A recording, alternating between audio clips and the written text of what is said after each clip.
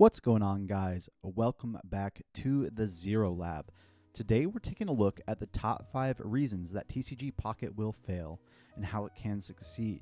The game is growing crazy right now. Obviously, we took a look earlier this week at a 1,000-player online tournament, and the competitive scene is in a very good spot in terms of player interest. But there are some issues with the game right now, I think, that we need to talk about and kind of discuss how they could fix those issues going forward. So, reason number 1, the free-to-play progress is too slow for competitive play. Now, to start out, I will say, obviously, if you want to be truly competitive, it's fair to expect a little bit of financial investment on your end. There's no free-to-play option for the VGC or the TCG, and if you really want to be able to play a wide variety of decks and play the best decks in Pocket, it's fair to expect some financial investment on your side of things. That being said, there's not a lot of reward in-game as a competitive player right now. The only real rewards are from tournaments hosted on Play.Limitless, but those are separate from the game, and I think it's fair to expect some more rewards as a competitor within the game itself. So, all that being said, what does the free-to-play progress look like right now in TCG Pocket? There are 3 different things that you can get every day just by logging in and completing daily challenges. First of all, you get 2 packs per day from completing daily challenges. You can get 4 pack hourglasses every day, and 12 pack hourglasses essentially equal 1 pack. So you can get an extra pack from completing daily challenges every 3 days. Then you can also get 6 shop tickets per day from getting thanks from other players, plus the free reward in the shop each day. So 18 shop tickets can equal 6 pack hourglasses. So every 3 days of shop tickets equals 6 pack hourglasses. 12 pack hourglasses equals 1 pack. So every 6 days of maxing out shop tickets gets you an additional booster pack. So we can get 2 packs per day from just our normal opening of the app. We can get 4 pack hourglasses per day from completing daily challenges, and we can get 6 shop tickets per day from thanks and that free in-shop reward. All that totals up in a 30-day month to 60 packs per month with your 2 packs per day, plus 15 more packs from completing daily challenges and shop tickets, as long as you spend all of those shop tickets on hourglasses and spend all your hourglasses. So that's like 75 packs per month as a free-to-play player in TCG Pocket. Obviously, you can potentially get more hourglasses from certain challenges that they may launch during the month. So it's 75, give or take. You can get more from if they, give us more challenges, more events, those sorts of things. But sticking with the 75 free-to-play packs per month, that translates to 375 pack points because you get 5 pack points per pack you open. And pack points are a crafting currency in the game that you can spend to craft any card you want. The problem right now is that a regular EX card costs 500 pack points to craft, so even opening the max amount of packs in a month as a free-to-play player with those 75 packs does not give you enough pack points to craft 1 EX card. And I think the pack point economy needs to be fixed a little bit. I understand that this is partially a collector game as well, so they don't want people able to just craft every card easily that they need to get for their collection, but they could definitely balance it so it is more expensive maybe to craft the higher rarities of cards, like the crown rares and those sorts of things, while making the base rarities easier to obtain for competitive play. Speaking of obtaining the cards you need for competitive play, let's take a look at the pull rates from packs.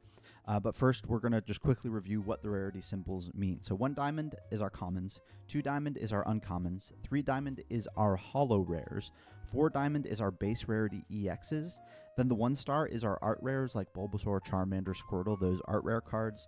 Then we have 2 stars, which are the full art EXs and the full art supporters.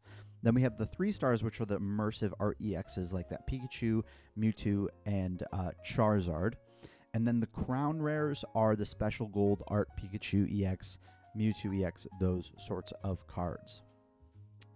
So, looking at our pull rates, we can see that out of 12 packs, we expect to pull 1 base rarity EX. And we're going to look at this from the standpoint of trying to build a competitive deck.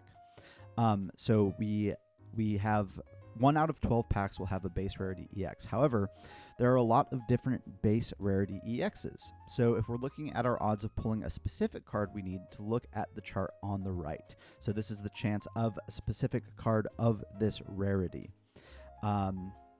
So for example, if we're looking to pull Pikachu EX to build the best deck in the game right now, we have a 1 in 60 chance of pulling Pikachu EX from a pack. Based on just the pull rates given to us in the game, it will take around 60 packs to pull 1 Pikachu EX. And obviously you could be more lucky or less lucky than that, but looking at this based on our 75 free-to-play packs per month, that means at best as a free-to-play player, it probably takes you at least a month just to pull the cards you need to build 1 competitive deck. And that progress is depressingly slow for free-to-play players, and obviously they want people spending money on the game, but I think we could make the economy just slightly better for all players, really. Moving on to the number 2 reason that TCG Pocket could fail and how it can succeed, we're looking at a stagnant competitive format already in the game. These are the results from that 1,000 player online tournament, and these are just like the top 60 decks, and look at how much Pikachu there is. The competitive format right now for TCG Pocket is a huge issue. Pikachu EX is far and away the best deck right now, and it's not even close. If you look at online tournaments, they're completely dominated by Pikachu EX, followed up by Mewtwo EX, Articuno EX, and then maybe Charizard EX. Anyway, we're only a few weeks into the game's launch, and the competitive format is already stale, and the novelty of TCG Pocket is quickly wearing off for some people. There are rumors that our next set will not release until January, which would generally be fine. 2 months between set releases seems reasonable, but I question whether excitement around TCG Pocket can really last that long when we're about midway through November right now and things are already getting stale with the current decks we have. The great news is, because this is a digital game, they could fix this really quickly if they wanted to. Just release an event with a few new promo cards that have competitive potential to spice up the competitive scene, and things would be looking much brighter. Sadly, I don't think that that's going to happen. But I am concerned if we have to wait until January for an actual shakeup to the competitive format, people are going to lose interest in this app really quickly. The people who are super interested in collecting in the app have probably already mostly spent the money they need to collect the cards that they want. The people who are interested in the app as a new, different version of the TCG and want to play it competitively are going to be sick of this format very fast. There's basically no reason to play anything other than Pikachu EX in tournaments, and I think that is really troubling for the state of the competitive scene, and I think we need a shakeup earlier than January to keep people interested. And just to note, 41 of the top 64 decks in that 1,000 player online tournament or Pikachu EX. That's crazy. All right, the number 3 reason that TCG Pocket could fail on the competitive side of things is the prevalence of coin flips. Now, I want to start off by saying that I don't think coin flips being in the game are bad necessarily. They do level the competitive playing field a bit by adding more variance into the game. However, some of the current cards are a bit too coin flippy, and the variance level is just slightly too high in the game right now. Misty is insane when you flip 2 or 3 heads on your first turn. You just probably aren't losing that game if you flip 2 or 3 heads on Misty on your first turn. However, if you flip only tails on Misty, there's probably no coming back from that unless your opponent is drawing terribly. Similarly, important attackers like Zapdos EX and Moltres EX are based on coin flips as well. Not to mention how important the opening coin flip feels right now to decide who goes first or second, with second feeling like it has a massive advantage in the game. And I think all of this can be fixed with good game design in the coming sets to make the game feel more rewarding based on your strategy, and not so much based on coin flips. I understand they want this to be a more casual game, but I think there is a happy medium that they could aim for that would be better than where we are currently at. Now, the number 4 reason that TCG Pocket could fail and how it can succeed is the in-game events. The in-game events right now have been fine, and they are at least something to keep you engaged in battling, but the rewards honestly aren't that amazing. The Lapras event gave us some new cards in the form of promos, but basically none of them were really competitively viable. The new Mankey is cool. I guess it's all right, but it obviously isn't making any waves in online tournaments. It didn't make fighting decks overnight just really competitively viable. They're still pretty fringe. And Lapras is just way worse than Articuno EX. The only reason to play Lapras over Articuno is if you haven't been able to pull Articuno yet, and then you're just playing a bad version or a worse version of an already competitive deck. All that being said, I am glad they're doing these events to keep us engaged, but I think there's something they could do that would be a great thing for the game.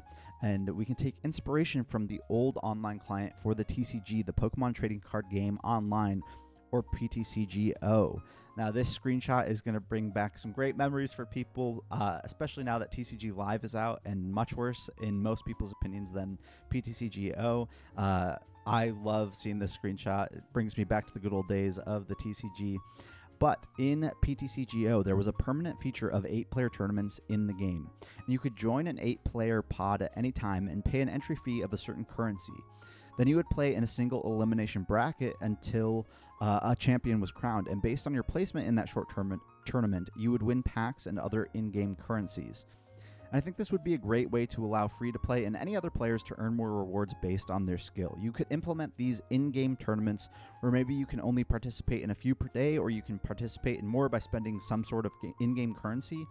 Then the winner could win, let's say, 12 to 24 pack hourglasses, earning them 1 to 2 more packs for the day, and top 4 could win a couple hourglasses as well, that sort of thing. And this would be a great way to keep competitive players engaged in the game, and would be a good way to help people gain more cards by participating in events on the app itself. So I think these in-game tournaments could be a cool way to just foster more of a competitive environment within the app that allows players to gain more rewards through playing daily. And fifth and finally, another reason that the game could fail is trading. We are promised that trading will be implemented in the game at some point, but we haven't really heard a solid timeline yet, and trading needs to come ASAP, in my opinion. And if there are too strong limits placed on trading based on what rarities of cards are allowed to be traded for other rarities, or expensive in-game currency costs to be able to trade, it's going to be pretty bad for the game. Trading could really help people get the cards they need, as maybe my friend pulled 7 Pikachu EXs and 0 Zapdos, and I pulled 7 Zapdos EXs, and I didn't pull any Pikachus, and me and my friend could trade Zapdos for Pikachu 1 for 1 and help each other build the deck that we want to build. If the game doesn't just let us easily trade 1 for 1, those cards, that will be really rough for players. And I don't have too much more to say about trading, but I think they need to implement it very soon, like within the next couple weeks, and they need to make sure they don't limit it so much that it's nearly worthless. I think trading needs to come quickly and not too many limits placed on it. I think there are going to be some limits. There might be some currencies tied to it. Maybe you can only trade once per day, that sort of thing. But I hope that it doesn't make it too expensive. Just let me trade 1 for 1 my Pikachu for my friend Zapdos and those sorts of things. Anyway, those are the top 5 reasons that TCG Pocket could fail, and some suggestions of how to remedy these issues so that the game does not fail. I'm really enjoying TCG Pocket right now so much, and I want to see this game keep growing and being fun for competitive players to play. And I'm really excited to see what's to come in the game. And I hope they bring some of these changes in the game soon so that they maintain a high interest in the game, so that the game doesn't start to fall off. I'm really excited for the future of Pocket, and I know we're only a couple weeks in, but some changes do need to be made to hold people's interests as we go forward in this game. But if you like this video, don't forget to like, comment, and subscribe. Check out some of the other videos on our channel, and we'll see you guys in the next video.